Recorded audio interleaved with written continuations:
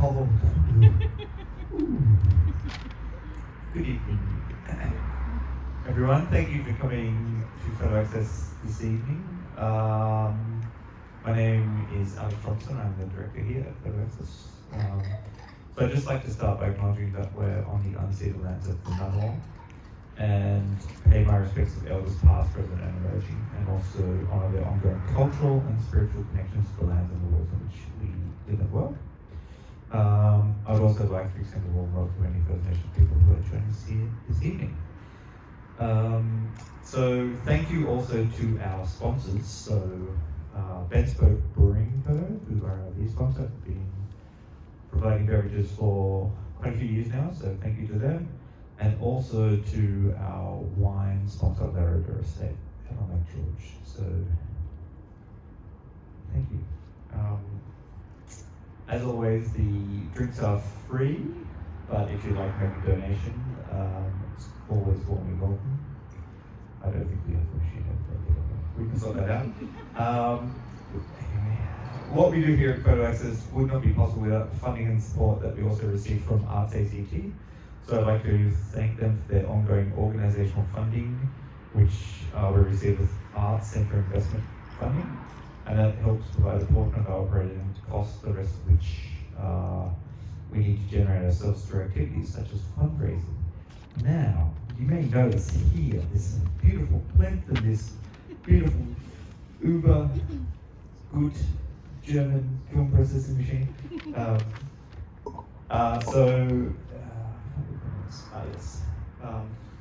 So we did recently run a very successful fundraising campaign to upgrade some of our film processing equipment.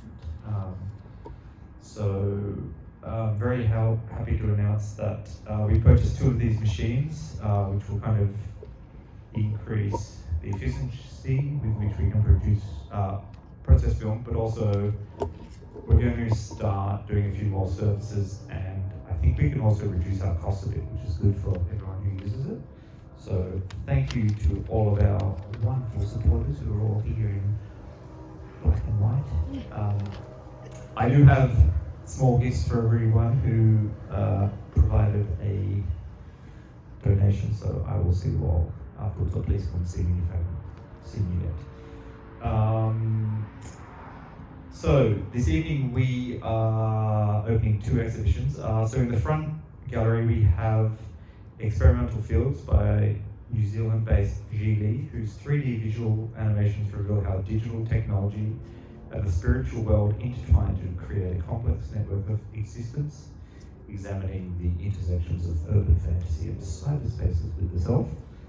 And in gallery 2, in the other 2 gallery spaces, we have a curated exhibition by Gabrielle Hall-Lomax, over there, thank you Gabrielle, which is entitled Memory Sites, which interrogates landscape photography as a remnant and cue to memory, featuring work by Sydney-based Fletcher Aldis, Caleb Groves from Brisbane, Melbourne-based Starry Kong, and Sydney-based Remy Siciliano. So to open the exhibition this evening, we have Assistant Professor Denise Waits from the Centre for Creative and Cultural Research at the University of Canberra, and also a fellow survivor of the Oxy Gallery Farm.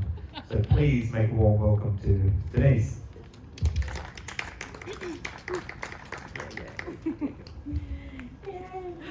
Thank you, Alex. Thank you, everyone. I'm really pleased to be invited here today to deliver these opening remarks for Ziegler's Experimental Fields and the beautifully curated show Memory Sites.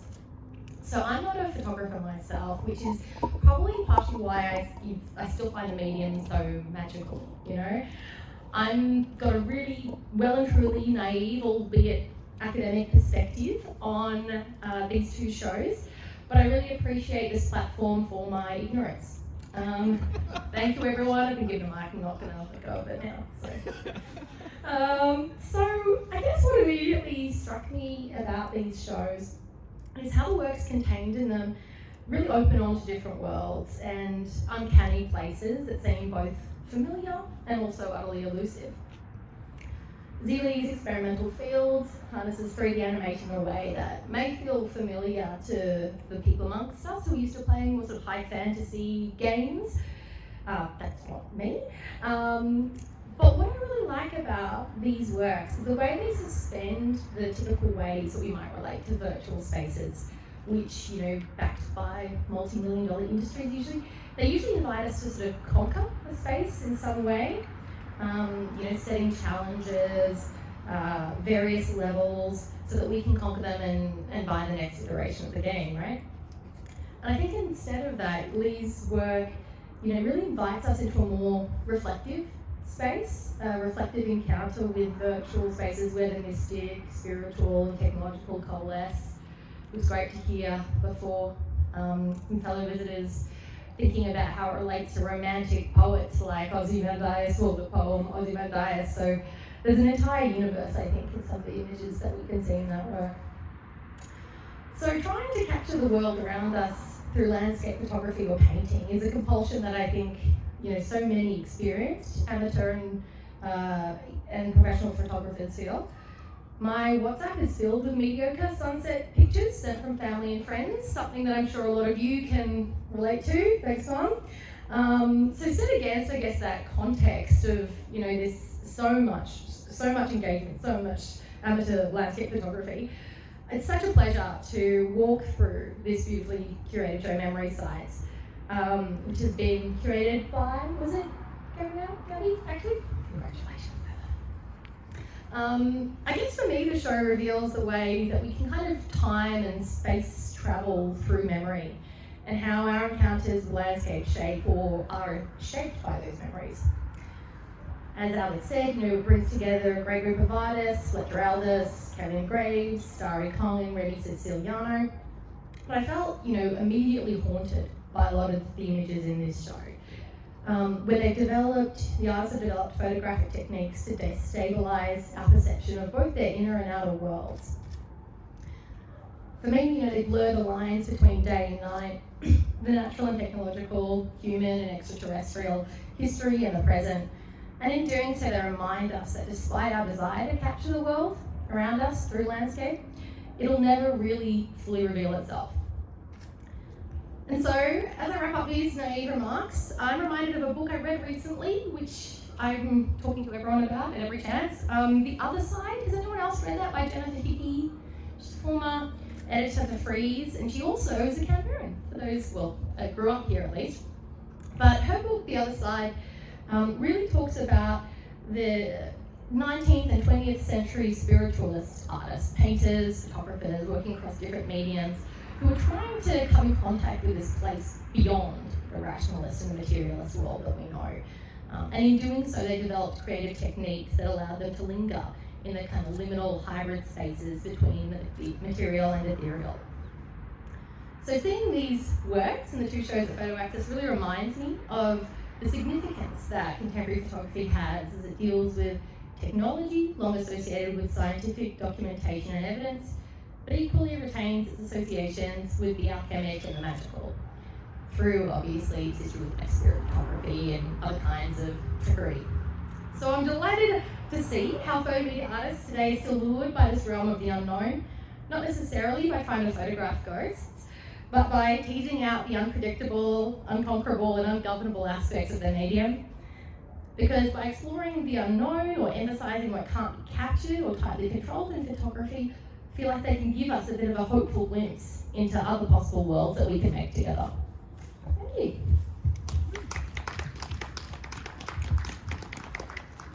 Thank you, Denise. Okay, so just a reminder, our next opening will be Thursday, the 12th of September.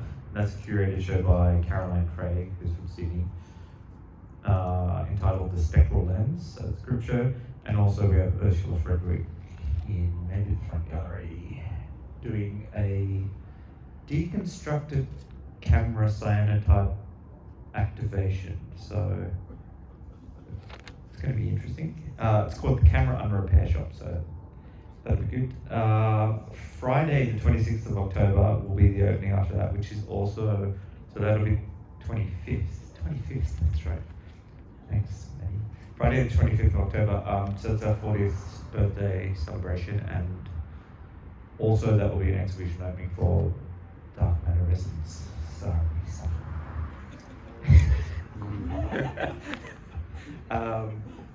We also have some really good workshops. Please check out our website for all the workshop details.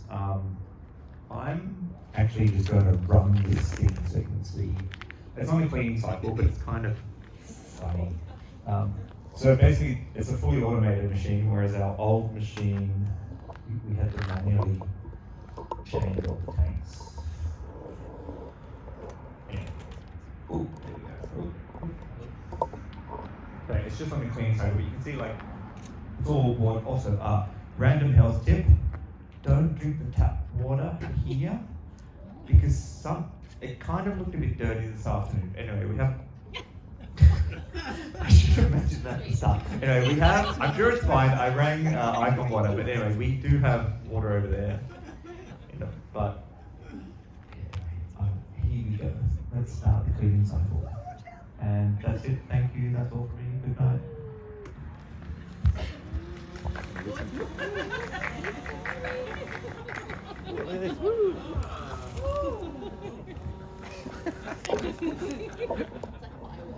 Yeah. Yeah, we need sparklers or something. Come on. Looking for Frankenstein or his bride.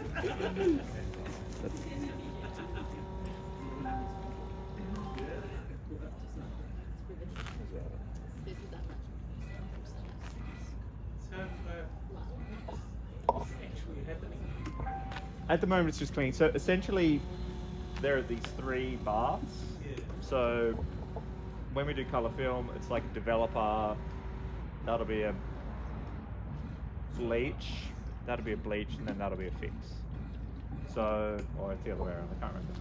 But basically, you just load it all up in there. It gets up to temperature. So as you can see at the moment, 9.3 degrees Celsius. It's pretty cold. But anyway, a process film like 38 degrees. So there's a thermostat in here, and there's an element. So everything gets up to temperature. When it's up to temperature, it just runs.